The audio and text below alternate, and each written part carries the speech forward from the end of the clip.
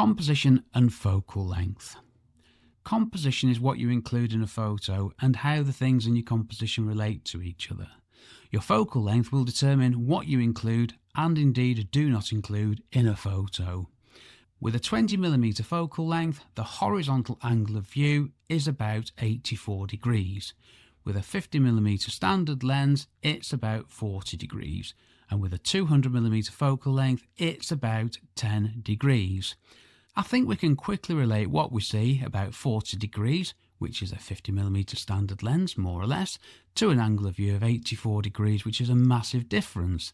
That's a 20mm focal length, which gives us an angle of view that is more than double what we see. And that 200mm focal length, it gives us the middle quarter of what we're looking at. So, significant differences. A 50mm focal length pretty much replicates what we see and how we see things relative to each other. The wider the focal length, the further apart things appear in a photo.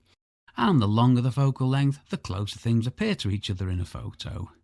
And again, focal length, it's relative to what we see at 50mm, which on a crop sensor camera is 75 to 80mm, and on a Micro Four Thirds camera is 100mm. So, whichever of the three you're using, larger than the standard equivalent telephoto, less than wide angle. It is that simple. One problem with wide angle lenses is that the subject matter can get lost in a photo if you're not close enough to it. But if you're shooting a wide vista, that's fine. That's what you want, isn't it? But with a telephoto lens, you can fill the frame with the subject matter and exclude everything else, which can be a good or bad thing depending on what you're trying to achieve.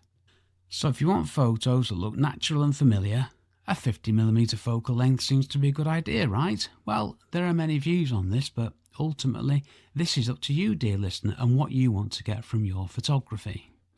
And that's the point. There are so many variables, but the best focal length, it depends on what you photograph and how you want to convey what you're photographing. Yes, this is down to you, dear listener, and this is the beauty of photography.